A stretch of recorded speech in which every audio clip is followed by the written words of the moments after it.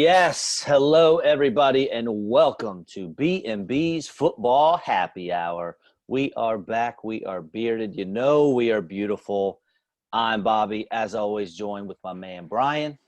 What's going on? Glad to be back for, I guess, episode 28 now. Another good week of football to talk about, so should be Great fun.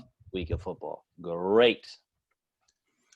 As always, our beats are by Dunson, and I want to start out by saying our members are making a push here for this 1,000 membership goal. We're so close. We're at 990.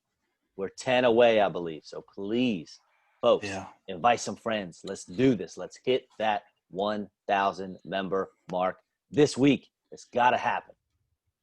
Yeah, I think this week we'll push through it. I think we've added, I don't even know. I mean, it's got to be at least 50-something new members, I guess, in the last week or two. So that's pretty good. But, yeah, it kind of stinks to be 10 shy. So we might as well get over the hump here. I know a lot of people have been adding people. It's just tough because I guess that person then has to go in and add it. So it's kind of a two-part process. So our members are doing their part. We just need those other people to go in there and click follow, I guess, to count as an official member. So. We'll get there. This week, I got a feeling this is going to be the week. Yeah, maybe we'll have to make another post about it. I know people kind of, when you post, everybody kind of jumps on board for a day or so. So we'll take care of that.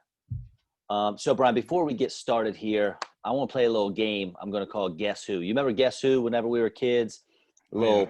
Had little flips, and you're like, does your person have glasses or whatever? Mm-hmm. It's not going to be quite like that, but I'm going to give you 4 clues. I got 3 different players. All right. I'm going to give you 4 clues, and you had absolutely no idea this was happening. So I'm definitely throwing you on the spot. I'm going to give you 4 clues. I can give them to you one at a time or all at once, and then we'll give you a guess to see if you can figure out who I'm talking about. Okay. Yeah, that's fine. We'll roll with that. Just go one at a time. You can name all. All right. First clue. This person's the first one is very general. All right. This person is an AFC quarterback. Okay. Next clue. This person is 4th in points per game at his position. Mm-hmm. Want to take a guess yet? Now I'm going to hear all 4. Okay. I'll hear all 4 first. This person averages over 300 passing yards per game. Mm-hmm. And this person only has 1 win on the season. That's my boy Herbert. That is definitely your boy Herbert. I was going to say, that's my boy Herbert right there, because I was watching that game Sunday praying that he was going to get his first win, because dude's been lighting up. I mean, he's been my QB in a few of my fantasy teams for at least a couple of weeks now. So I was watching that pretty intently. So, I wanted him to get his first win because my man's been lighting up the fantasy stat sheet lately. Now, I wasn't sure if the I only have 1 win was going to throw you off, because the Chargers have 2 wins, but one of those was against the Bengals in week 1 with Tyrod Taylor as a QB. So I wasn't sure if that was going to throw you or not. All right. Yeah, that was a good one. But, I mean, I love Herbert, man. He's I just looked today, man. He is – I guess Vegas has him ahead of Burrow, I guess, as of right now in the he has to be offensive rookie MVP voting, I guess, betting-wise. He's the odds-on favorite right now. So we'll see if he keeps it up. Yep. I mean, and besides him and Burrow, is there anyone else that you can even think of that would be in the talk? I don't know. Maybe Jefferson, but I don't know. It's tough to pass up on a QB, I guess, when you got 2 of them. They're pretty good. Especially when they're playing like they are. Yeah. All right, next guy. All right. This person is an AFC wide receiver. Okay. AFC.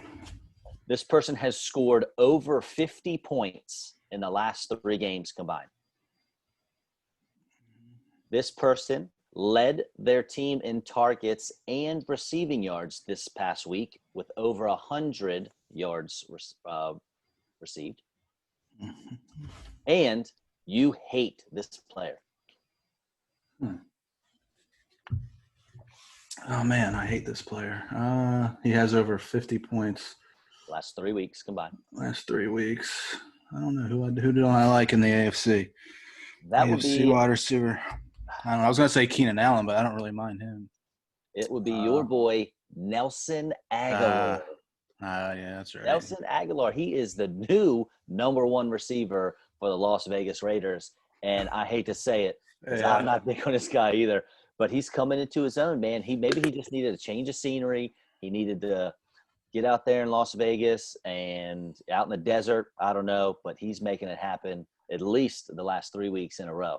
He's evolved into their number one guy, and Derek Carr is finding deep balls too. Big plays for him. I think it was a 46-yard touchdown in the first quarter this past week. So good for him. I forgot old Aguilar has been killing it. Yeah, I'm not a real big Aguilar guy, but yeah, I mean, he is doing pretty good, I guess, the last couple of weeks. I don't know if he can keep up that pace. I mean, with the Eagles, we watched them every week. I mean, he would have games where, I don't know, he would score and he would look good, and then he would kind of just fall off the mat for a few. So I don't know. We'll see if he keeps it up.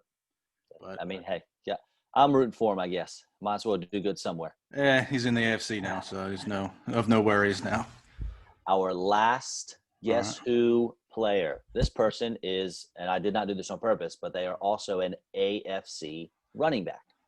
Okay. This person averages 19 points a week. This person is 7th in rushing yards a game amongst running backs and 3rd in receiving yards a game amongst running backs. Finally, this person is the 2nd highest scoring running back in all of the land. AFC running back. I don't know. I thought about Edwards-Helaire, but he's definitely not one of the top scorers. I mean, Edwards-Helaire is doing great. He's just not finding his way into the end zone enough. Yeah, he's been doing pretty good lately, but ever since we called him out, he's been doing pretty good. But you're right. It's probably us. He probably heard us. Yeah, somebody must have told him about our show. Decided to turn it on. I don't know, man. AFC running back. I'll give you one more hint. This is, in my opinion, possibly the person in 3rd place for the current Rookie of the Year honors. So he's a rookie in the AFC. Undrafted. James Robinson. There you go. There you go. Yeah, he's somebody I don't have him on any of my teams, but I've played against him a few times. I mean, dude is killing it. For sure. I sure wish I had him on my teams. That's for sure.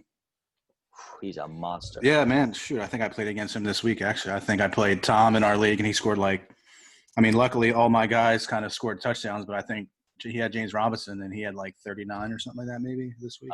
Yeah, I think he was was he the highest scoring running back or second highest? I think he might have been. Yeah, I think he had 39 and a half or something. I don't know. Something ridiculous, but I think Jeff Wilson outscored him. But other than that, I think James Robinson was second.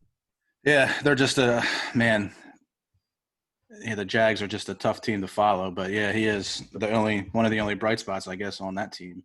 Sure. All right. Thank you for playing. You did a stupendous job. All right. Maybe next week we'll switch it up next week. I'll find some NFC guys maybe. That works for me. Or something.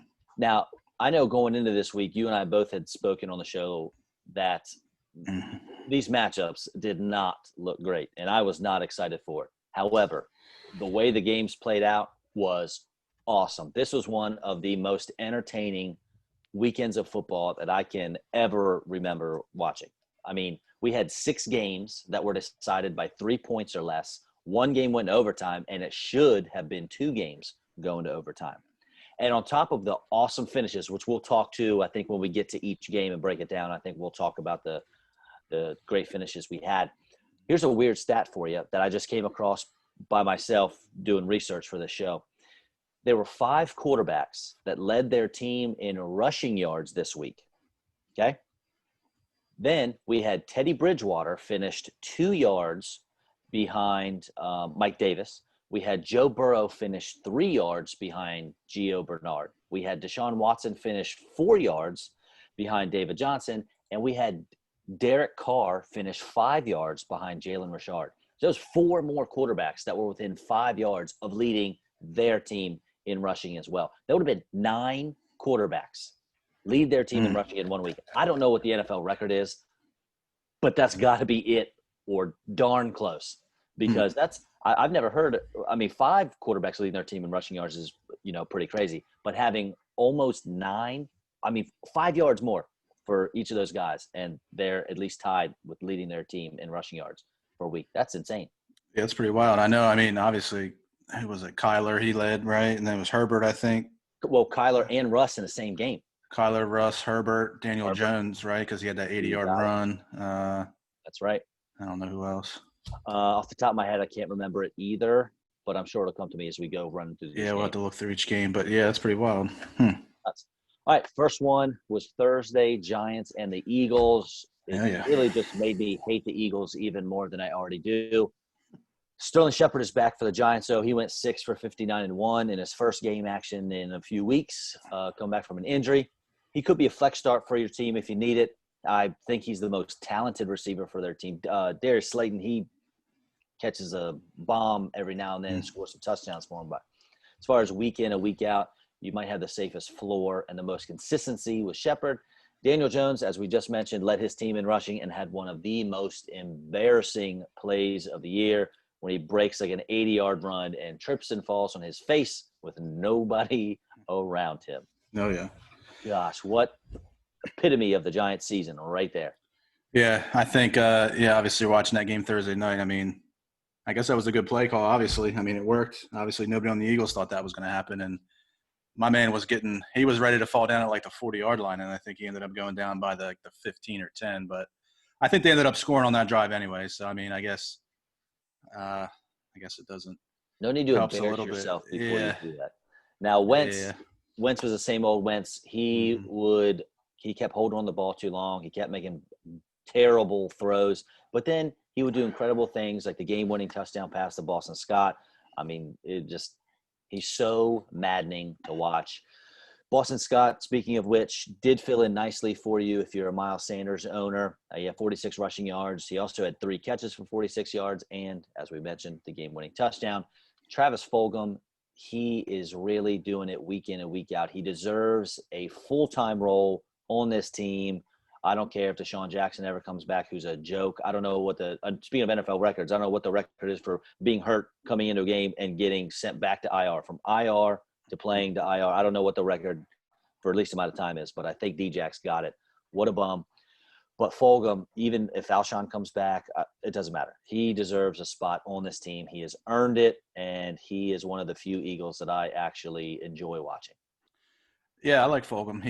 I filled him in on one of my flex spots. I think he got me 9.8 this week, I don't know. He did all right. I know Wentz did miss him on a touchdown pass in the second quarter, I think. He kind of broke to the corner. Wentz threw it too late over his head, so I thought that should have been a touchdown. But like you said, Wentz, the stats looked pretty good. I mean, he had almost, 360 passing, 2 touchdowns, a rushing touchdown. But, yeah, I think he's just super inconsistent. I don't know. I guess he just feels like he has to do it all, and he just doesn't give up any play. I mean, we're in there with 3 or 4 backup offensive linemen. I mean, sometimes you got to just throw the ball away, and you got to take a sack, and he just constantly runs around and holds the ball too long and ends up fumbling or just does something stupid like throwing that. He threw that interception there before halftime. I think that was he's leading the league in picks. Dumb. Yeah, 10 picks is tough. 10 and 10.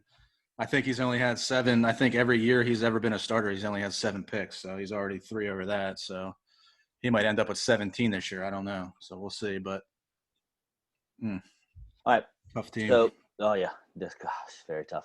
Next game of the Panthers and the Saints. If you had Mike Davis, he's been tearing it up for you. He did not this past week, as we mentioned.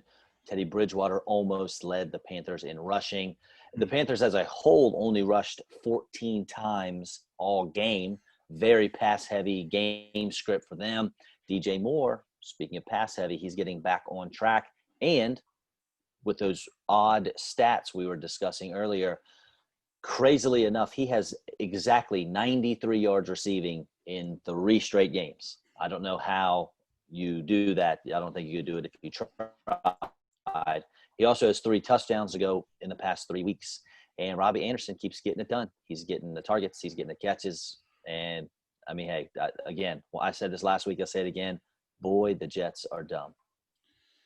Yeah, I mean, like you said, Moore, he's a guy I got on a team or 2 of mine. And, I mean, I kind of just have to leave him in there, like you said. I mean, you'll take 90 yards, but, I mean, when he's scoring I mean, he's making the most of it. He only had 4 catches, but he had 2 touchdowns. So, I mean, a lot of it did come on the 74-yard bomb, I guess, from Bridgewater, but still. Yeah, you got to leave him in there, man. And Robbie Anderson's been producing. I think I saw something today online. Speaking of Travis Fulgham, I think in the last 4 weeks, Fulgham and Robbie Anderson have the most yards receiving, like over 400 yards receiving in the last month. So it's pretty wild for a guy that didn't get drafted in Fulgham. And, like you said, Anderson, Jets should have held on to him, I would imagine. I mean, everybody seems to be dying on the Jets, but still, I mean, I guess if he was probably on the Jets, he probably wouldn't have half the production he has with Carolina. But you got an undrafted, like you said, an undrafted guy in Fulgham, and you got a guy in Robbie Anderson who the league worst team Jets gave up on. Yeah, let you go. Just let you walk. Yeah. Good for those guys.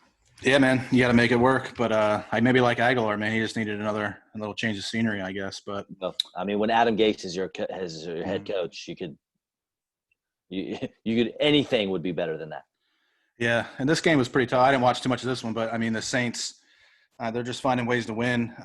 They're not as dominant, I guess, as they used to be in years past. But Kamara just keeps chugging along. He's a fantasy beast. I mean, he does it every week. He gets you 20-plus points every week. It's just I think unreal. He's averaging in a PPR. I think he's averaging 28 points a game. He is basically this year's Christian McCaffrey. You know what C-Mac was doing last year, Kamara's doing this year, and he looks so good out there. I mean, he's just patient enough. His routes are, and even when he's got the ball in his hands, he's so fluid with his movements and his runs and setting defenders up. I mean, it is a joy to watch Kamara play. I know he was hurt last year and, not playing at 100%. So I don't have him on any team, but I love watching him. I'm glad he's back, rolling. Traquan Smith, you thought he was going to have a big game with Michael Thomas and Emmanuel Sanders out. He did not. He's 4 catches for 54 yards. Very, very disappointing. And I know I started him in a daily league, and it was not great. And I don't know. You have a big opportunity in front of you. You really thought he was going to be able to step up and put up some big numbers, and he just didn't. Yeah, I know they're relying on some other guys there with Thomas. I think he should be back soon. What did he come up? He came up with another injury or something like that. I don't. He's got some. He's in practice, I think. Yeah, he's got some issues going on. He's getting suspended from games and all that mess. But he's only played week 1. The only game he played. Yeah, I mean, it's obviously a guy you can't get rid of him. But I mean, you're kind of just waiting for him to get back. You thought he was going to be back, and who knows when he's going to play. But and like you said, I think I read earlier today, C-Mac, Christian McCaffrey, he practiced today, and I know they play Thursday night, which is probably pretty tough. I mean, I would say if they were playing Sunday, he'd probably be 95% in, but I don't know if they'll rush him out there on Thursday night or not against the Falcons. But I guess that's looking good. If you're drafted McCaffrey, he should be coming back maybe this week, or I would assume the following week. So you remember in preseason, I was talking about the dreaded 400 touch season and how it is very, very bad for running backs. Well, I discussed Derrick Henry mostly when I was talking about that. He has proven so far that is not affecting him in the slightest. But McCaffrey, another 400 touch guy, it ended up happening to him. So we'll see. Hopefully Henry can avoid that demon. Yeah, Henry's he likes to pick it up at the end of the year, so we'll see if he can kind of keep it rolling all year. And, I wouldn't mind seeing McCaffrey come back. I don't know I do have him in one league, so I wouldn't mind having him come back against the Falcons because that should be a huge week. But, yeah, he probably won't. It'll probably be the following. So it's getting close, though. So, yeah, better than being out another month. Now, the Bills and the Jets was a huge letdown for fantasy purposes. First off, Crowder was out for the Jets, so hopefully he didn't start any of them. But the Bills, they did not even score a touchdown. It was just field goal after field goal after field goal. Josh Allen is on the decline. He started red hot. I'm talking. We were thinking MVP talk for Josh Allen. His first 4 games in fantasy, 28 points, 34 points, 32 points, 25 points. Since then, 18, 16, and then 16 against the Jets. Yeah. Ooh. He could Devin Singletary, he got 6.7 points. less than 7 points, and that's the most he's gotten in the last 3 weeks, and that was with Zach Moss not really seeing the field. Whew, he's back now, though, and his numbers, I think, were a little better than Singletary's, but that backfield's a mess. I'm staying away from those two guys. Cole Beasley is the only guy that did anything. He is a PPR machine, 11 catches, 112 yards. Look, the Jets, they're terrible, but they're still an NFL team, and they decided they were going to take away the deep ball, and guess what? They took away the deep ball. Diggs didn't have a very good day, but so underneath where Cole Beasley lives, he ate it up. 11 catches, 112 yards. It ties his career high. Yeah, man, Beasley's he likes to fly under the radar, but yeah, he's tough. He's a good guy, like you said. I mean, PPR, he's killing it this last month or so, man. But yeah, this was a weird game. I mean, I wasn't thrilled to tune into this one. I watched a little bit of it, but yeah, Allen didn't look too hot. I mean, I know he ended up with 307 yards, but they couldn't even score a touchdown, so that was pretty tough. I know their kicker. What the heck was their kicker? He was like six for eight or something. Tyler Bass, yeah.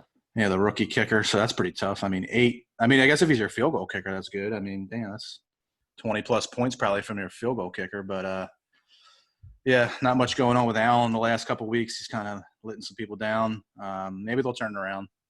But, yeah, this was a tough game, man. I know the Bills – I saw the Bills outgain the Jets they outgained them by 300 yards, and then they still only won by 8 points. So it's kind of weird. Right. You would think if you were to say a team outgains a team by 300 yards, you would think that team probably would score at least 30-something points. So I don't know. It's kind of a weird anomaly, I guess, in that sense. Not even did they not score 30. They didn't even get in the end zone. Yeah, they didn't even get in the end zone. Didn't even score 20 points. I mean, I don't know. 8 of their 10 drives were field goal tries, I guess. He missed 2 and made 6. So yeah, it's kind of a weird game. I don't know if the Bills were kind of just, I don't know, like maybe they were just overlooking the Jets. I don't know, but it's kind of tough to do in the NFL, but it happens every week to week. We'll see how they come back next week. I think, like you said, Singletary, I'm not too high on him anymore, man. I think I know we talked last week about some guys that we were over, and I don't start Singletary, but he's a guy that I had on a couple of my teams. I got him stashed down there on the bench, but I'm getting ready to drop him and pick up whoever else is out there. So I hear you. I'm getting ready to, man. As far as the Jets go, the only takeaway I can really come from this game is Denzel Mims, rookie wide receiver. He came in and played, I think he was 4 for 46. That and LaMichael Pirine started to sort of take over the lead running back role. If you're hurting for players, you can pick those up, because if the Jets are smart, they know their season's over. They might as well get these young guys in there, really play them, see what they have in them. So you could find some production from those guys if the Jets are smart and keep them on the field and feed them the ball. But I'm staying away from Jets at all costs if I can. Yeah, I got Crowder, man, and I guess we'll have to figure it out with him. I don't know how. That was kind of a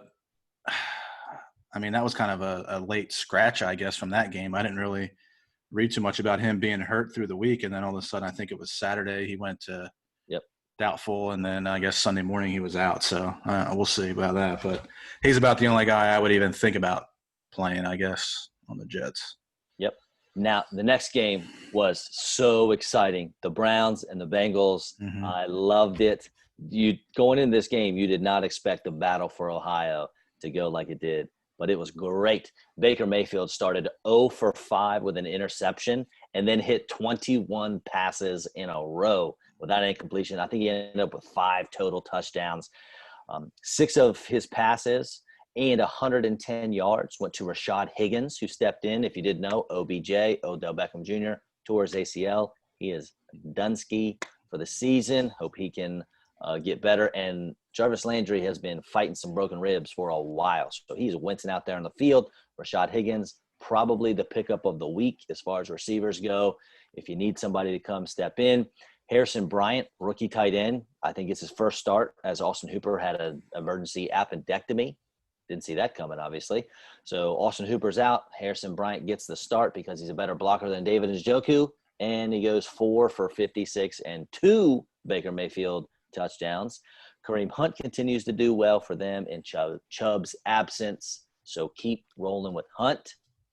But, man, this game was great. Mayfield back. Oh, another fact about this game. It is the only time in NFL history, I believe, that 5 go-ahead touchdowns were scored. Yeah, I saw that. I did watch most of this game. I like Burrow, man. He's the kid's a stud. I think this was his first 400-yard passing game. It was this week. So he made a couple bad throws. I mean, he had a couple turnovers, but my man Tyler Boyd, he continues to give me the points in my PPR leagues. He caught 11 out of his 13 targets for 101 yards and a touchdown. Sure did. T. Higgins, another rookie. I mean, he's been killing it. I think he scored, I don't know, in a few weeks in a row, at least 3 weeks in a row. I think he scored a touchdown. He had 5 for 71 and a touchdown. Bernard filled in okay. I guess for Mixon, he was another.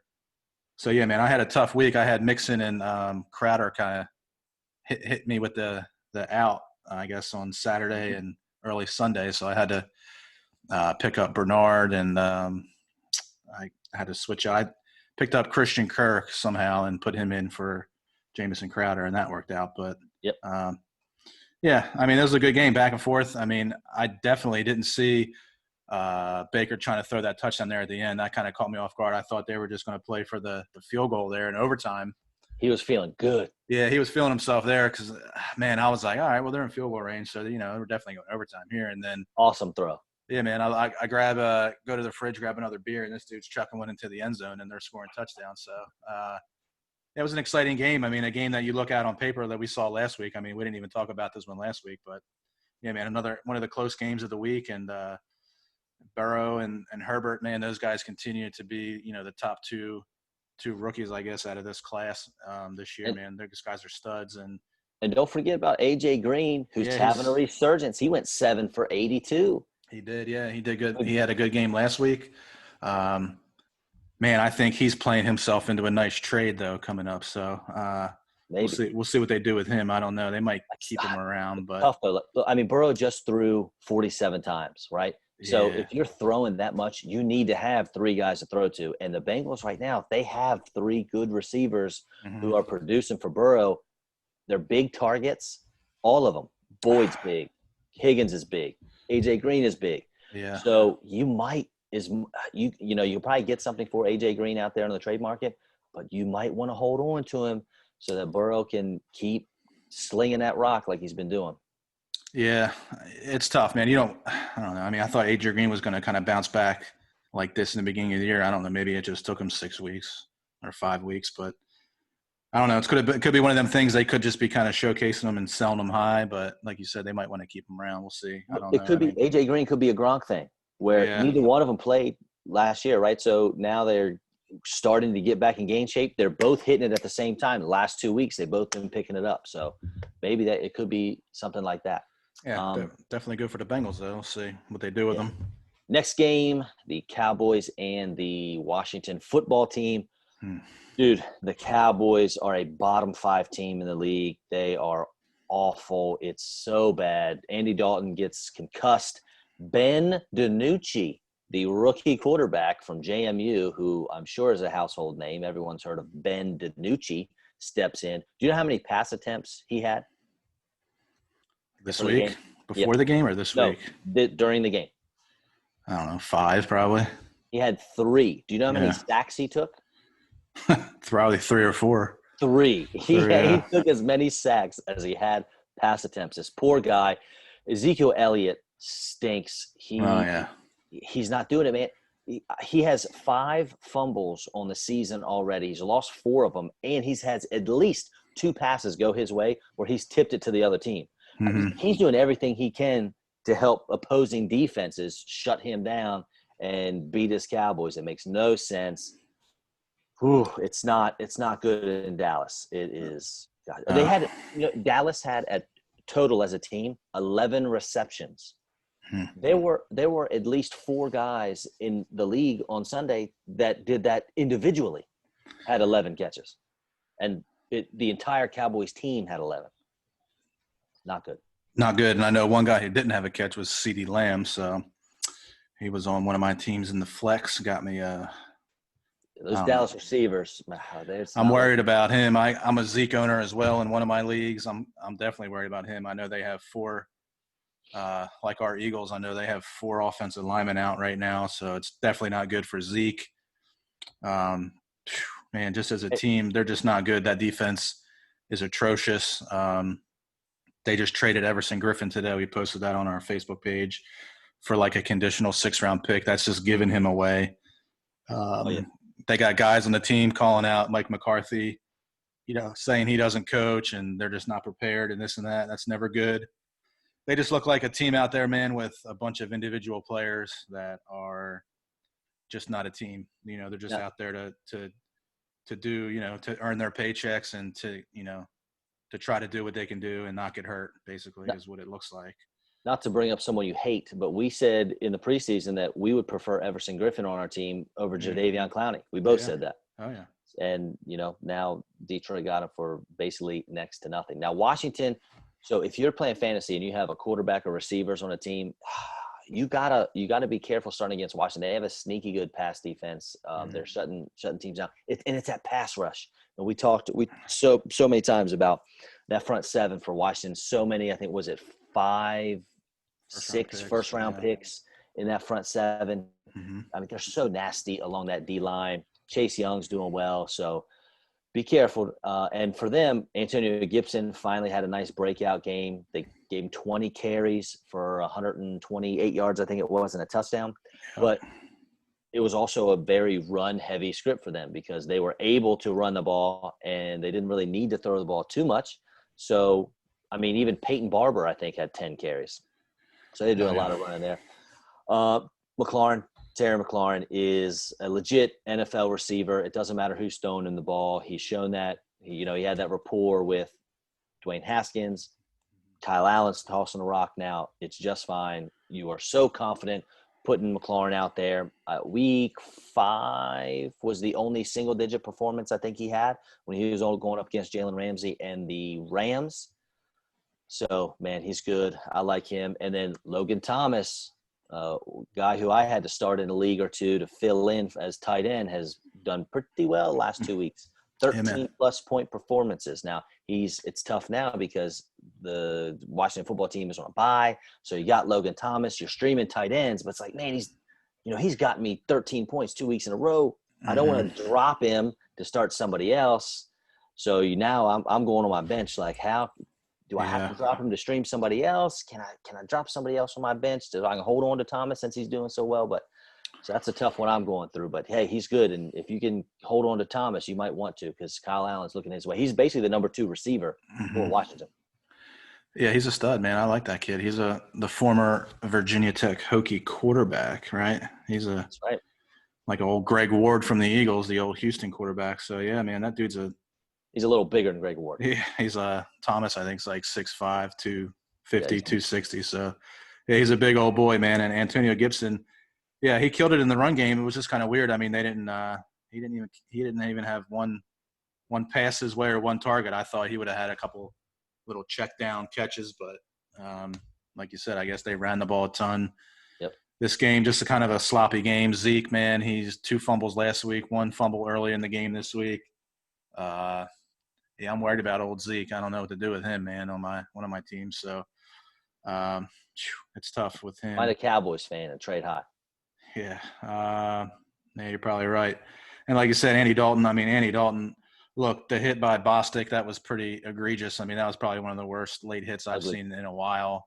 Ugly. I'm in by no means a Cowboys fan, but yeah, I mean, that was rough. Hopefully he'll be back this week. I don't know, man. That's tough, man. He was out. It looked like he was pretty much – he was just laying there like a corpse for a couple seconds, and then he got up and didn't look like he knew where he was. So it's not pretty. I don't know. I know they play the Eagles Sunday night, so, I mean, I guess he gets a few – I mean, it's not like you get an extra day, but still, I don't know. Maybe they'll evaluate him early Sunday morning. But and they can't sign another quarterback because of COVID regulations. He won't have enough time to get cleared to play. I'll tell you one thing. That hit was so rough. I mean, if Andy Dalton plays Sunday night – the NFL concussion protocol is BS because, I mean, that dude. Ooh, that's a good point. I mean, that dude was straight toast. And, I mean, his helmet flew off. I mean, he was laying there, like, not moving for, like, 10 seconds. I mean, if he comes back on Sunday night, it's just – I mean, I don't know. Not that he was lighting the world on fire, but I mean, he's obviously better than Ben DiNucci. I mean, they obviously Eagles defense is already a good start, and if Dalton doesn't play, if it's Ben DiNucci, the James Madison Duke, yeah, it's tough. You got to start the Eagles defense in all of your fantasy Yeah, leagues. he looked a little scared out there, man. His eyes were about as big as the football, and he sold. I guess you don't see guys like Chase Young running you down when you're playing in That's right. James Madison. So That's right. tough. All right. Next game, I also felt bad because I'm really pulling for Deshaun Watson. However, the Packers ate up the Texans. Aaron Rodgers bounced back in a big time against a bottom 10 Houston defense. He threw for 283 and 4 touchdowns. Some of those were to Jamal Williams, who had 4 catches for 37 yards. He also tacked on 77 rushing yards and a touchdown for you. Jamal Williams filling in for the injured Aaron Jones, although I'm pretty sure Jones will be back this week. However, most of Aaron Rodgers' passes went to Devontae Adams. 13 catches, 196 yards, 2 touchdowns. The Texans didn't even try to cover him. Now Bradley Roby is a good corner for them, but I think he only made it one play and had to leave for injury. And after that, it was the Adams show. He toasted everybody. And Marquez Valdez-Scantling, 0 catches. 0. I thought Rodgers, he'd be a good deep dive at receiver for a DFS tournament, something like that. Throw a dart with him, going against the Texans. For sure, yeah. One of those low salary guys, but he didn't do squat. I don't know, man. Devontae Adams. I mean, if you're looking at him in a daily fantasy, you might as well just pay the damn money and take him because he's getting 10 plus catches a game. I mean, nobody can cover this guy. And Rodgers. Jamal Williams was second on the team in catches with 4, and Devontae Adams had 13. Yeah, man. Rodgers was a week late for me in one of my leagues. I had to sit him because of a bye, or I had to play him because of a bye, and then he didn't do nothing last week. So thanks for that. But yeah, man, Aaron Jones just he was another late. I didn't really read much about him being out this week, and then all of a sudden, he wasn't a definite out. He was questionable all week. It was kind of like, is he going to play? Is he not going to play? I picked up Jamal Williams in the league early just to make sure I had him in case, and it paid off. Yeah, man, Rodgers, he killed it, man. And they got some injuries on that team too. I mean, they were out. Aaron Jones, Lazard's out. Who else? The lineman Bakhtiari was out. So they're playing with some injuries too, man. And they just keep scoring points. They're besides running in that Buccaneers buzzsaw, Rodgers just looked great. Yeah, that game was just kind of like a one-time deal, man. He looks good, and yeah, man, Deshaun Watson. I guess as far as fantasy, I mean, he does okay. I mean, he'll get you 300 yards a week and a couple touchdowns. He's not scrambling for as many yards as in years past, but your boy Brandon Cooks has kind of been coming around the last couple weeks. He had another. Right. I think he had 15 points or something like that this week. 30 targets the last 3 games. Yeah, can't beat that. So he's getting the opportunities, man. And I don't know, what is it? Randall Cobb, he did okay. He had 8 for 95, against his old squad. So David Johnson didn't. He still looks – I mean, he's got nothing left, man. David Johnson has nothing left. Now, he saved his day with a touchdown, but he's got nothing going there. Yeah, that was a terrible trade. That has to be like one of the worst trades ever, and I guess Bill O'Brien paid for that. But – yeah, Packers are tough, dude. That offense is pretty nasty. I think Will Fuller only had 30-some receiving yards, 39 receiving yards, but he fell into the end zone, luckily for you, if you started him. So I think he's got a touchdown in 5 straight games. Yeah. And then Darren, I know a lot of folks started Darren Fells.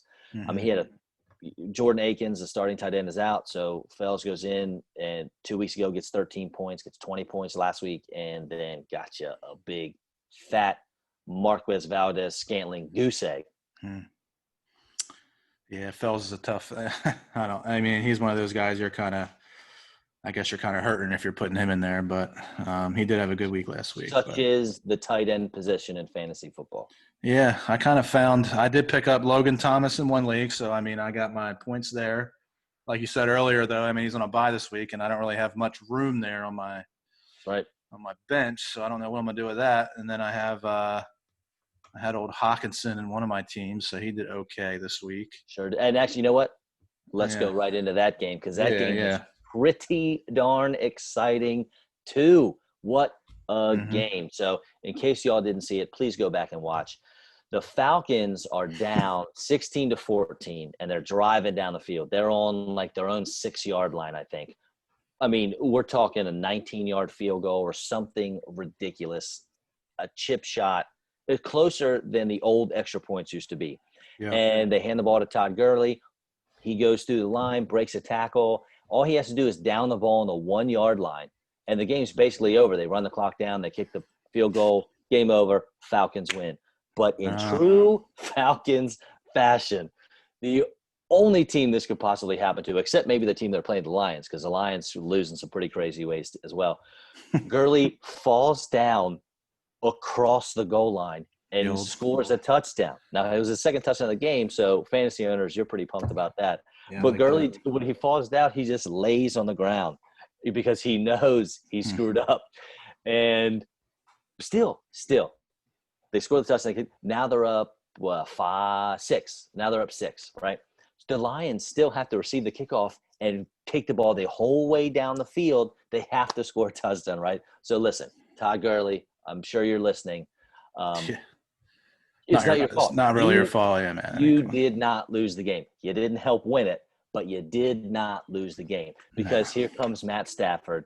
He throws this crazy sidearm pass to Danny Amendola over the middle. They run up, they get on the ball. Then he throws a bomb to Kenny Golladay. Well, I'm telling you right now, Kenny Golladay is a top 5 receiver in the league. This guy makes crazy catch after crazy catch.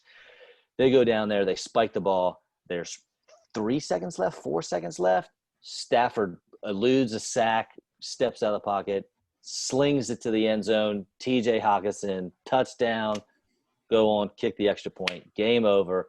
Falcons lose again. That's the third game this year, I think, where a team, the Lions this time, had a 2% chance or less of winning the game. And they beat the Falcons. It's insane. Yeah, Falcons. Insane. God. Yeah, I think. Now, Stafford was a letdown. His performance, because that touchdown at the end was the only touchdown he had, and you really thought he was going to blow it up against the Falcons' terrible pass defense. Now, one good thing about the Lions was DeAndre Swift did lead the backfield in snaps. I think he had 29 snaps. Adrian Peterson had 19. So Peterson is still a thorn in Swift's side, but it's going okay. And your boy Hawkinson, like you said, for 59 and that touchdown. So we definitely need more of that from Hawkinson. Yeah, he had a good week. Like you said, though, I mean, Todd Gurley, I'm a Gurley owner in the B&B's football league. I didn't need that touchdown, but I'll take it, though. I mean, my man's got – I think he's got 7 touchdowns now. But like you said, it wasn't his fault, man. When you score a touchdown, I mean, look, I guess it was a mistake, but obviously, I guess. But. And he's laid down before in his career. For the Rams, he broke a long run one time and took a knee on like the 2 or 3 yard line so that the clock could run out and the Rams would win. So he knew what he was doing. The Falcons, they're cursed. It's just that year for them. And Gurley said the old momentum carried him in the end zone. So I'll take it, though. I'll take it as a fantasy owner. And like you said, man, Hawkinson had a pretty good day.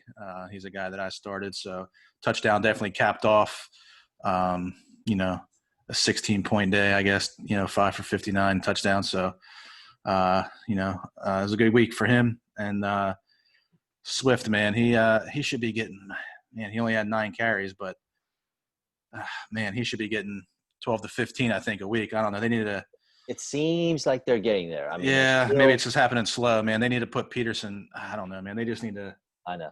Let Peterson just, I don't know, kind of be a mentor maybe for Swift. Just not get as many touches. But – and then, like you said, I mean, they score that touchdown. And then not only that, but then your boy Amendola gets a 15-yard penalty. And Matt Prater has to kick a 48-yard extra point. So it's like – forgot about that, yeah. I mean, that game was pretty nuts. I did watch it. Fox tuned in on that when I was watching it. And, they scored that touchdown. Amendola gets a penalty, and dude has to kick almost a 50-yard extra point to win the game. I mean, that has to be like the longest extra point in NFL history to win a game or something like that. It's nuts. If nothing else, then, I mean, you're still going to overtime. And you got to – if you're the Lions, you got to like those odds because the Falcons are doing everything they can to lose. And speaking of Falcons, Matt Ryan, my breakdown for him is exactly what I said about Stafford. Yeah. Threw for over 300 yards, but only had a touchdown to Calvin Ridley. Mm-hmm. So that wasn't what you wanted. But Julio Jones, 8 for 97. Ridley, I just mentioned, 5 for 69 in that touchdown. And Hayden Hurst, man, he continues to trick us. This is Halloween week. So Hayden Hurst is far more trick than treat, because right when you start dropping him in leagues, he decides to go 6 for 68. So now you got to start him again. And then he's going to get 2 for 11, 3 for 21. So you drop him again, and then he'll give you 6 for 68 again. He's a tough guy to play, man. I had him on a few teams, and I dropped him on one, stashed him on. Every time I put him on the bench, he, has his best game of the year. So I don't know. Oh yeah, I hear you. Well, next one, again, another great game, the Steelers and the Titans. This is the one that should have went into overtime. Mm-hmm. Big Ben did not look great. He had his most passing attempts on the year. He went for 268 and 2 touchdowns, but he threw 3 interceptions. James Conner had a decent day. Would have had a great day if Benny Snell doesn't vulture a 1-yard touchdown from him. Yeah. Juju stepped up. He's back with a 9 for 85. Deontay Johnson comes out and dominates. 9 for 80 and 2 touchdowns. Eric Ebron is doing his best Hayden Hurst impersonation, because he goes 6 for 50. So now you're like, do I start Ebron? No, you don't, especially not against the Ravens. Ravens defense is tough. I think they give up some points to tight ends, but I'm still not going there. And the Steelers, they had 24 points in the first half. They scored 3 in the second half. Not good if you are Pittsburgh. No, but unfortunately they're 6-0, so I guess that's the worst thing that's going on with them. I guess they'll take that. But True. Yeah, man, I was watching this game, and this game it was 27-7, I think, earlier in the third quarter. So I mean, man, the Titans had some work to do there, and they did. They did it too. Yeah, I mean, AJ Brown had another good 153 yards. I mean, him and Corey Davis, I think they were the only 2 receivers that had over 20 yards. Our boy Jonnu didn't do nothing.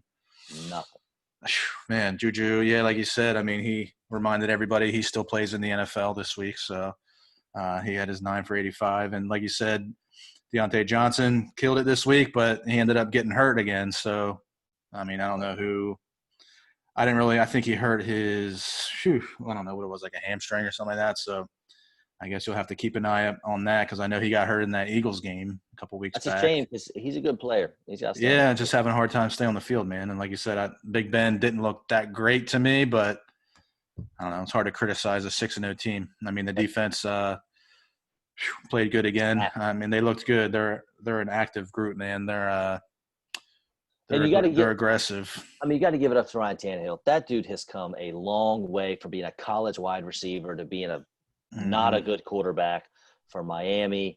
But he's not a great fantasy quarterback, I don't think, but he's a good real life quarterback. You can definitely do a whole lot worse than having Tannehill as your starting quarterback. Derrick Henry, still a beast, still a monster.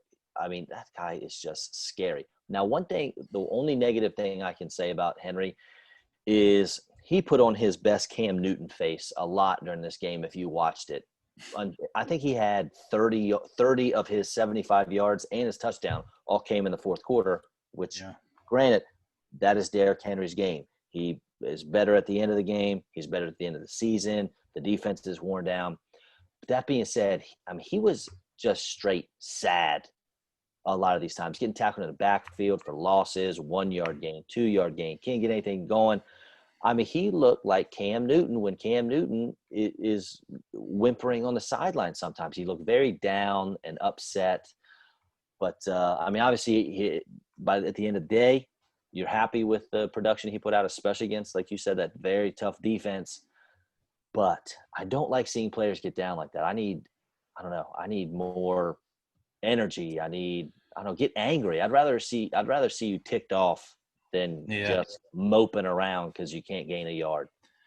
Yeah, I don't ever like that out of players. I mean, to me, that just seems like you're like a me guy. You know what I'm saying? Like your team's coming back and you're over there on the sideline crying, because you're not getting the yardage you think you should be getting, and it's this and that. So You got to find other ways to help your team win. I mean, Derrick Henry, he's a stud, man, but yeah, you hate to see him on the bench there with a little sourpuss on his face, because he's not dominating people and stiff arming them into the oblivion, So Now, I it's don't know if tough, we man. mentioned it. I don't know if we mentioned it either, but Steve Gostkowski, is probably one of the best kickers of all time, is Yeah, I missed mean, the field goal at the very end of the game that would have tied it, set into OT, but he just missed it. So yeah, I think that was Steelers get that win.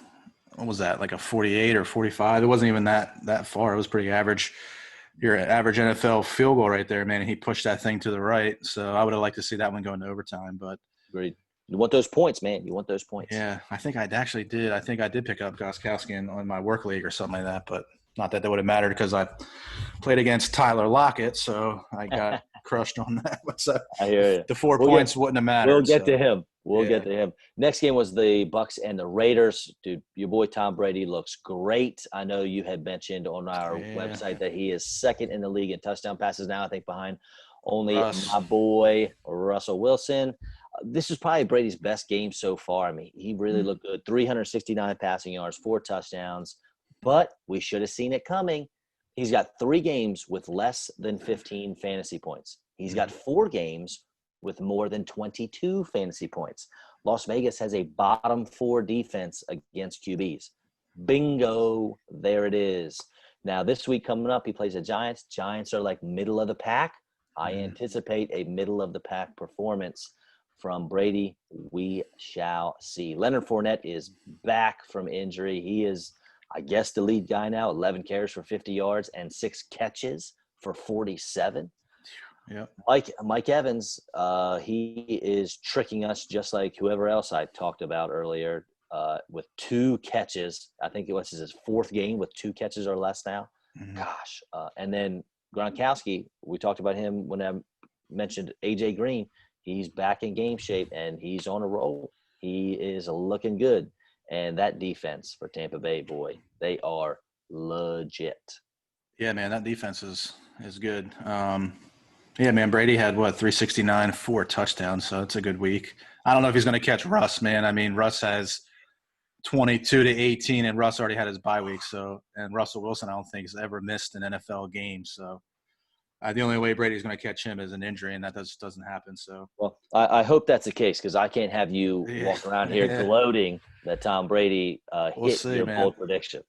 Yeah, we'll see. At least he's second, man. I'll take that. I don't know. That's good enough in my book almost to be second. But yeah, man, Mike Evans is kind of a disappointment. I don't know. I think. But hey, this week Godwin's out. Godwin has already been. That's true. Yeah, he's already out. And I think Evans averages like 6 catches and 89 yards in games that Godwin sits. So fire up Evans with confidence this week. And I don't know if you're an Evans owner. I mean, you don't want somebody to be hurt, but if Godwin's out, Evans eats. Yeah, man, and Buccaneers defense is nice. I mean, they held Jacobs to 17 yards on 10 carries. That's right. That's up. I mean, Aguilar did his thing, man, with 107 yards in the touchdown. But yeah, like you said, Gronk is starting to looks like he's kind of getting into game shape. So, I mean, that's nothing but good news for the Bucs, man. So we'll see. Only player to do anything for the Raiders is Darren Waller. So obviously you got to roll him out there. He's a top 4 or 5 tight end. So you roll him out every week, so that doesn't matter. And Jacobs, the last thing I'll say on the Raiders, and the one good thing you can take from it is this was the very first game that Jacobs did not have at least 18 touches. I think I brought it up last week on the show that Jacobs has had 18 touches in all of his games. This was the first week that did not happen. I'm sure they'll bounce back and he'll get those touches again next week. Yeah. Moving on to the Chiefs and the Broncos. Cool to watch a game in the snow, but this one wasn't pretty. Especially if you're a Mahomes owner, 200 yards and 1 touchdown. He got you 12 fantasy points. Didn't scramble. Yeah, didn't scramble one time either. No rushing yards. Kind of weird. The only game all season Patrick Mahomes has not scored, or the only game all season that he's been under 20 fantasy points, and he was all the way down at 12. CEH looked very good, but he only had 9 touches and dropped a touchdown catch. That's not good. Le'Veon Bell got a little work. He got 6 carries, averaging 6.5 yards per carry. Again, you can't really read into that at all. But, it's Le'Veon Bell. He's a veteran. We got a revenge game coming up The Chiefs are playing the Jets, and as much as I hate to admit it, there is something to revenge games. Even Randall Cobb is nobody. He's not good, and he still just performed well against his old team, the Packers. And Tyreek Hill saved you with a touchdown because he was like 5 for 40, I think, before, and then he caught a touchdown pass. He ended 6 for 55 and 1, which, I mean, you'll take that, but it was not pretty. Yeah, it was a tough game. Like you said, the snow game. Broncos were bad too. Ooh, Broncos were bad. Yeah, touching on them, like you said, Le'Veon Bell coming against the Jets next week. I expect them to at least give him a touchdown, probably, I would imagine. Yeah. Just to stick it in the face of Gase there. They'll do that. Yeah, I'm a little worried, man, because I'm playing against Mahomes this week, and he didn't do nothing this week, and I'm afraid he's going to just go off this week and just torch me against my fantasy. Yeah, just because. Maybe you'll get lucky. Maybe you'll get lucky, and it'll be a running game. Maybe Le'Veon will get a touchdown. CEH will get like 2. I'll take that. Yeah, I'll take that. Mahomes will get benched like midway through the third quarter. I'll take that, man. And Kelsey, he didn't do much. He only had 3 for 31. And just Drew Lock, he just – I don't know. They didn't have to. They got a defensive touchdown, I think. They got a special teams touchdown. Yeah, they didn't really have to do much, like you said. And I don't know, man. Locke just doesn't – he doesn't look good, man. I know our boy Daniel came on here and previewed the Broncos. He's a big Broncos guy, and he was talking Daniel. He was talking about Locke like he was John Elway. But, look, this dude played 5 games last year. He was okay. And I don't know, man. This year he just doesn't look good. It looks more like John lost his way. Yeah. Jerry Jeudy, this guy was probably one of the top receivers. He was one of the top receivers in the draft, and he just doesn't look good. They just don't have any kind of – they don't have any kind of chemistry. I think he caught like 2 passes for 20 yards. And of course, the best player on the field for Denver, offensively or defensively, probably was Philip Lindsay. Yeah. He had 9 carries for 79 yards and then gets a concussion and has to get taken out of the game. So Melvin Gordon comes in. What's he do? Fumble twice? Mm-hmm. Ugh, gosh. Hey, remember last week I talked about Albert O. Oh, yeah. The tight end. College teammate. The college teammate at Lock. Well, guess who had the most catches for the Broncos this week? He did, yeah. 7 for 60, right? 60. Yes. The next highest the next player on the team with the highest number of receptions, 3. 3 catches was next. Yeah, man. It's tough. And the old Alberto could be a streamer for you. We'll see. To check the weather out. Check the weather out there in Denver, but I'm not brave enough for that. I'm not brave enough. I saw looking at the stat sheet, man, box score, and the Chiefs were 0 for 8 on third down conversions, yet they scored 43 points. So that makes absolutely no sense. 0. But that's 2020, man. So next game was also not great. The Jags and it was great for one side. The Jags and the Chargers. Dude, I'm telling you, DJ Chark must have said something about Gardner Minshew's mama, because in the last 2 games, Chark has 21 targets, but he only has 8 catches. Some of these balls that Minshew threw Chark, they weren't even on his side of the field. You barely knew who that ball was going to. Chark is wide open, and Minshew refuses to get on the ball. He had 1 catch for 26 yards. Laviska Shenault led all of the receivers. He was a leading receiver for the Jaguars. He had 44 yards. Now, James Robinson, we talked about him a little bit ago. He had a letdown game last week, but, boy, I'm telling you what, 119 rushing yards and a touchdown. Then he had 4 catches, only 18 yards, but another touchdown. Ooh, undrafted, man, he's killing it. Yeah, I like James Robinson, man. The kid's – I love to see he's a good story, undrafted kid. Earning his way. He's obviously earning his way. Hopefully he doesn't kind of die off, I guess, like Fournette did with the Jags. But, he's a stud, man. And this is our boy Herbert, man. He to me, the biggest story, man, is like the difference between Herbert was a good college quarterback, but, he wasn't great. He wasn't good like this at Oregon. He's better in the NFL. He's better in the NFL, which is weird to me. But so strange. But, look, I'm not going to argue. I'll take it, man. I love me some Justin Herbert right now, so we'll see if he can keep it up. And I think if they redid the draft, this week, probably he's going – Washington would have to take him at 2 at this point.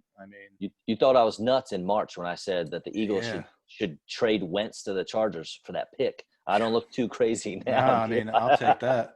If they could have, I mean, I don't know what they would have had to give up to move up to, I guess, where did he get picked? Like sixth, right? Or something like that? Fifth or Just give him sixth. Yeah. Wentz. Just give him Wentz and Alshon Jeffrey. There you go. I'll take that. But yeah, I mean, this Give it kid, that. man, he's Sure. just 413 all total yards. I mean, he had 66 rushing, Led his team in rushing. 347. I mean, dude, rushing touchdown, 3 passing touchdowns. Oof, that kid's nuts. And I mean, he just keeps feeding Keenan Allen. I mean, he had 13 targets, 10 catches for 125. I mean, didn't score a touchdown, but I think you'll take 10 for 125 every week. Oh, yeah. And neither running back looked very good. I mean, like we said, Herbert led his team in rushing. The running backs basically had the same stats. Mm-hmm. Kelly had more carries than Justin Jackson, but Josh Kelly and Justin Jackson had the exact same yards per carry. The only difference was Justin Jackson was used more in the passing game, and he was more efficient with his catches. He averaged quite a bit more yards per reception. But, again, neither one of them was good. And because NFL coaches continue to hate us, Justin Jackson was absolutely the lead dog 2 weeks ago before their bye, and then now Josh Kelly seems to be it makes no sense. Justin Jackson did just fine for you 2 weeks ago. Why is it Josh Kelly this week? No idea. But I think Hunter Henry. Yeah. Sorry. Yeah. 3 for 23. The Jaguars. They have a terrible defense against tight ends, and I mean an awesome matchup for Hunter Henry, and he goes out and 3 catches. I think that's Herbert, man. I saw a thing. What is Herbert has? What is this? Like his fourth game starting? I think he's like second in the league in deep passes or something like that down the field. My man likes to sling that thing. Maybe the tight end really. Mike Williams didn't do anything either. He didn't. But Keenan Allen or Herbert. That's it. It was those two. Yeah, an old mustache Minshew. I think he might get benched soon. He's just barely completed 50% of his passes. I mean, he did throw 2 touchdowns, but I think he's on his way out. I think that mustache mania is over, and his time is up. I don't know who their backup is, but I think they're going to be playing at some point this year in the next couple of weeks. Well, it's Mike Glennon because he's the answer. Yeah, we'll see. If Mike Glennon goes in, they're definitely trying to get the first pick. So yeah, for sure. All right, next one, 49ers against the Patriots. Another very ugly performance by a team, that team being New England. Jimmy G was very efficient against his former team. He was 20 for 25. However, 2 of those incompletions were picks, and he did not throw any touchdowns. Jeff Wilson decides, because Jerick McKinnon got rested, which Kyle Shanahan doesn't decide to tell us that they're going to rest McKinnon because of his heavy workload at the beginning of the year. So we're thinking McKinnon's going to be the guy again. Nope. Here comes Jeff Wilson for, 112 yards and 3 touchdowns. Gets hurt. Come on. Right? Yeah, Come on. Yeah. Oh, right. Then he's hurt. So now what do we do? Now this week, is it McKinnon? Is it JaMychal Hasty? What's going on? And Deebo Samuel, he's out there looking awesome. He's a spark plug for this offense, really helping them do good things. He got 5 catches for 65 yards. He got 3 carries. And he goes out. He's going to miss at least 1 or 2 weeks. So thankfully they have Brandon Ayuk, who's basically the Deebo Samuel clone. He steps in.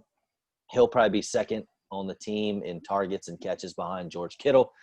He went 6 for 115 this week. So hopefully Ayuk can keep that train rolling, because I have him on a couple teams, and I would like to put him in the flex, especially they're going against Seattle this week. So Ayuk could be a very strong play, because we know Seattle refuses to cover receivers. Yeah, Ayuk's a stud, man. Like you said, with those injuries, yeah, he's a good play this week. And, I think Deebo Samuel's already ruled out, so there's no ifs, ands, or buts about that one. And I think Wilson, they already have him on the IR, so with his ankle. So, I mean, he's out a month. So McKinnon or Hasty, roll the dice. Yeah, we'll see. I guess may the odds ever be in your favor. Yeah, flip a coin for that one. So we'll see. But, yeah, old Cam Newton looked atrocious this week, I thought. He looked terrible. Are the Patriots a bottom 5 team in the league? They might be, yeah. I mean, if you're losing by 27 points to the 49ers at home, you got to be one of the worst. I mean, that's a terrible performance. I mean, if they're playing against the Jets, I'm picking the Patriots. Yeah, but I think you can't say they're better than the Broncos, because the Broncos just beat the Patriots. Yeah. So they're out. Then we're looking at what, NFC East teams?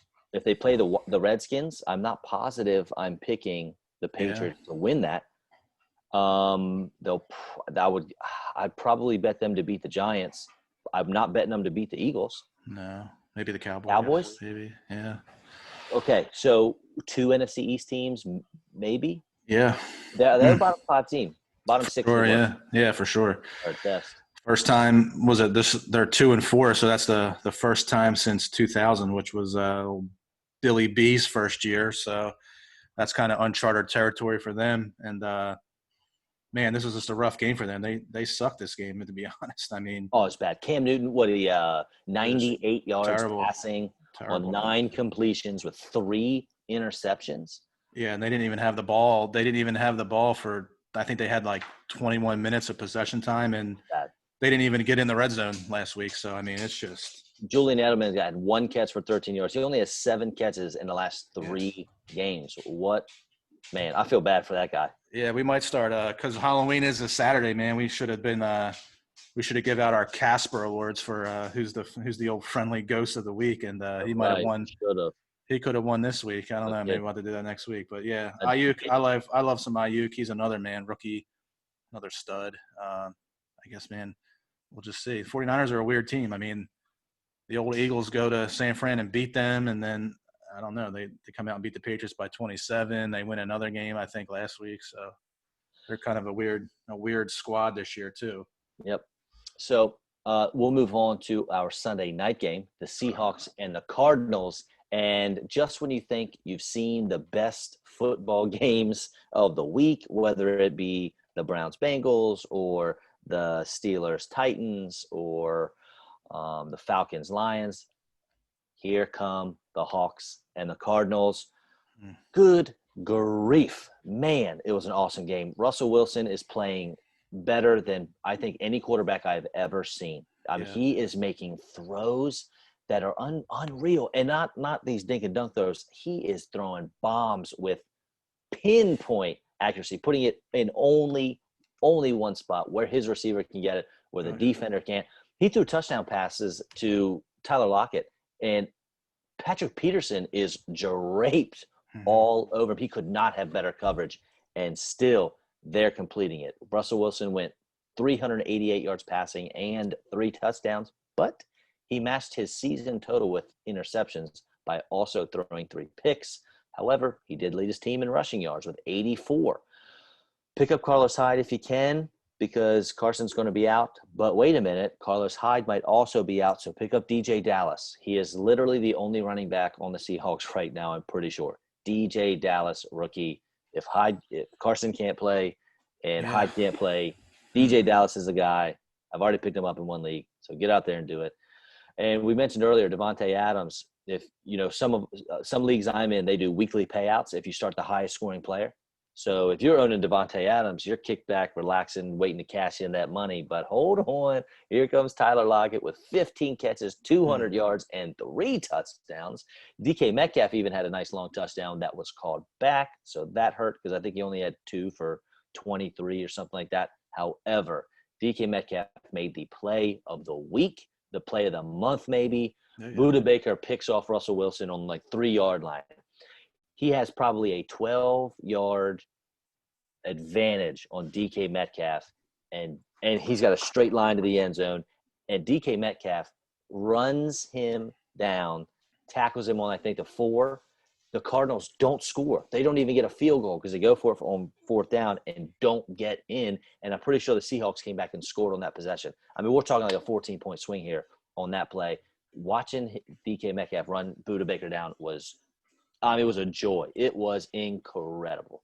Yeah, I mean, that looked like Usain Bolt chasing down just an average Joe. I mean, it was pretty nuts. But, yeah, man, I love DK Metcalf. That kid's he had a good rookie season, but, I mean, he's just blossoming. And he didn't have a great game, obviously, fantasy-wise. But he would have with that touchdown. Yeah, I think it was that called back touchdown. 30-something-yard touchdown. That would have been right there. You're good to go.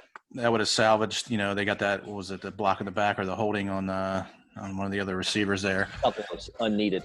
Yeah, I mean, the guy wouldn't have caught it Metcalf, but, man, that's tough. But like we said earlier if you're not having a good game, I mean, look at a young kid too, just finding a way to help his team. You know what I'm saying? Like most other guys would have, you watch games every week and guys are walking around, you know what I'm saying? Like, especially after an interception, you're just kind of, heading to the sideline, and this kid runs 95 yards and helps his team save points. So it's just, now they ended up it's losing, crazy. obviously, in overtime. And But even still, overtime yeah. was crazy. Back and forth, back and forth. Russell Wilson throws an interception. Kyler Murray throws an interception. Yeah. Whew.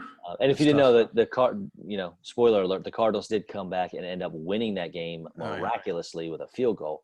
And speaking of the Cardinals, they were down 10 with 2.5 minutes to go. Yeah. Down 10, 2.5 minutes to go. Kyler Murray goes 360 and 67 yards rushing, and another touchdown on the ground. I think he's got 7 rushing touchdowns on the season. That is fantastic. Chase Edmonds, newsflash, is better than Kenyon Drake. Also, Kenyon Drake is out, so Edmonds he's out for a few weeks. So Edmonds has his chance to prove why Drake should no longer be the lead back. And hey, why not trade him? Poor Kenyon Drake cannot find a home. Might as well trade him though. I know he's hurt now.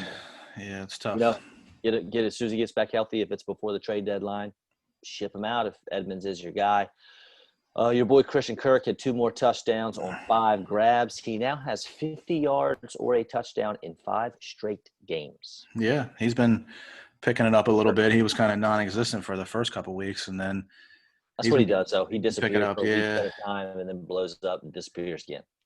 Yeah, man, I like the Cards. They're a fun team. This was a great game. I mean, this was probably this has to be probably one of the best games of the year. I would say.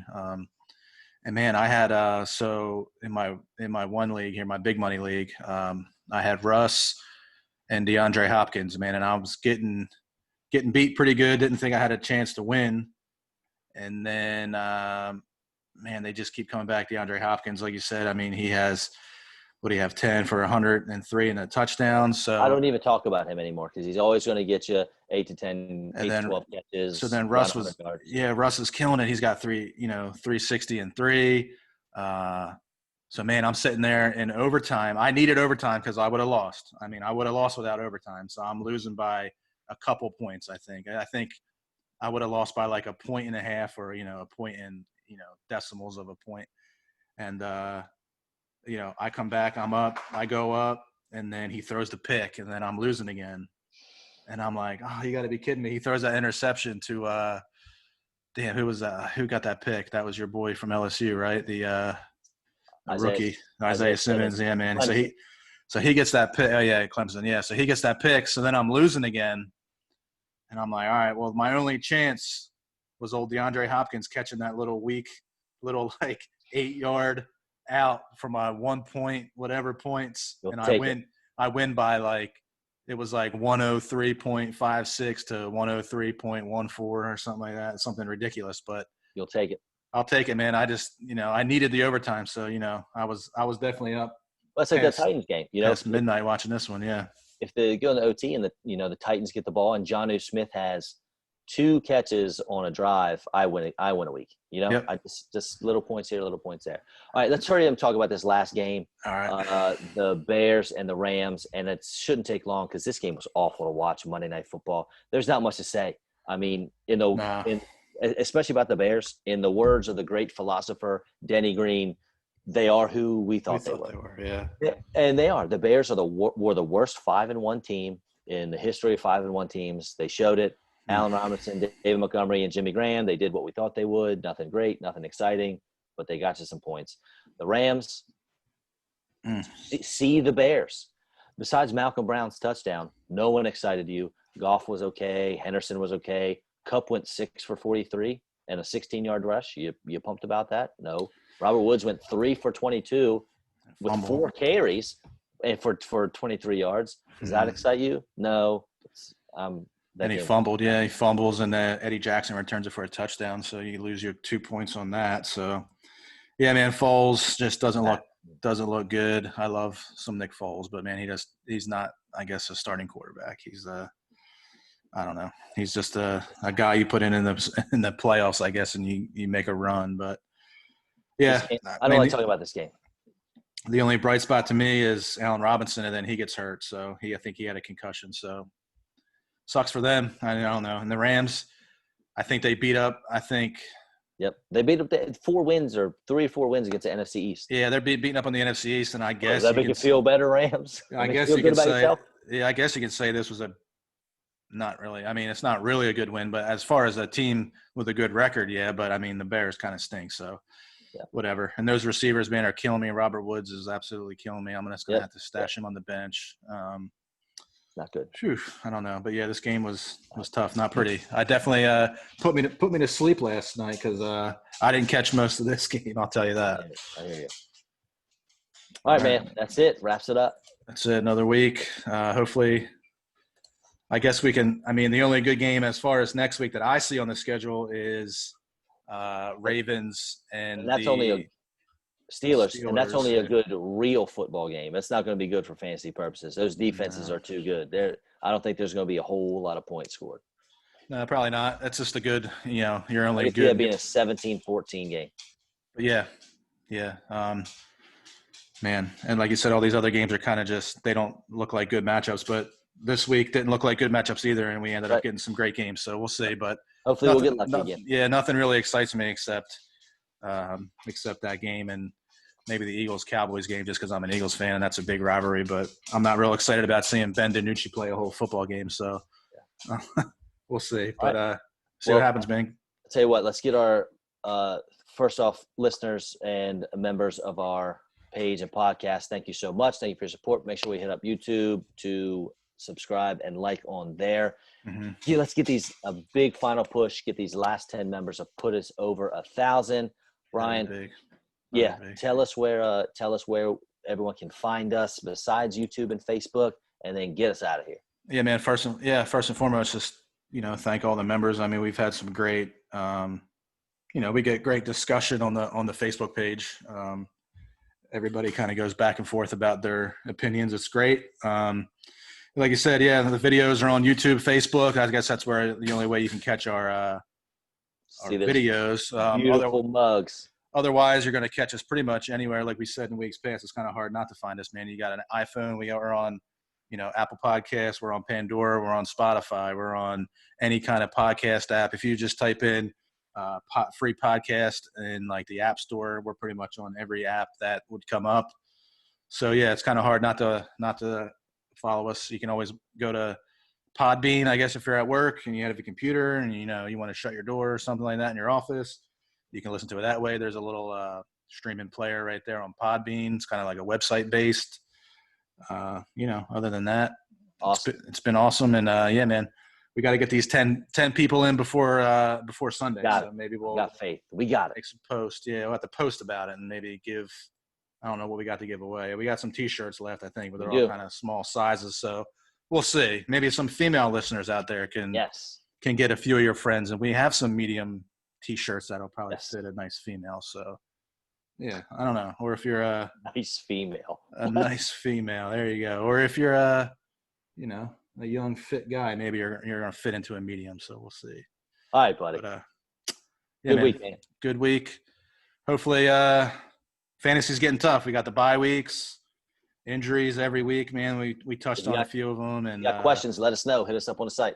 Post it up there. We'll try to give you our best thoughts. If you're in the B&B's football league, you can find you can get your advice elsewhere because we're getting kind of tight in that league now, I think. So, but old Bailey's killing us in that league. So good for her, man. See if she can keep it up, but we'll see. All right, man. Have a good one. All right, man. We'll be back with you next Tuesday night. See you in a week. See ya.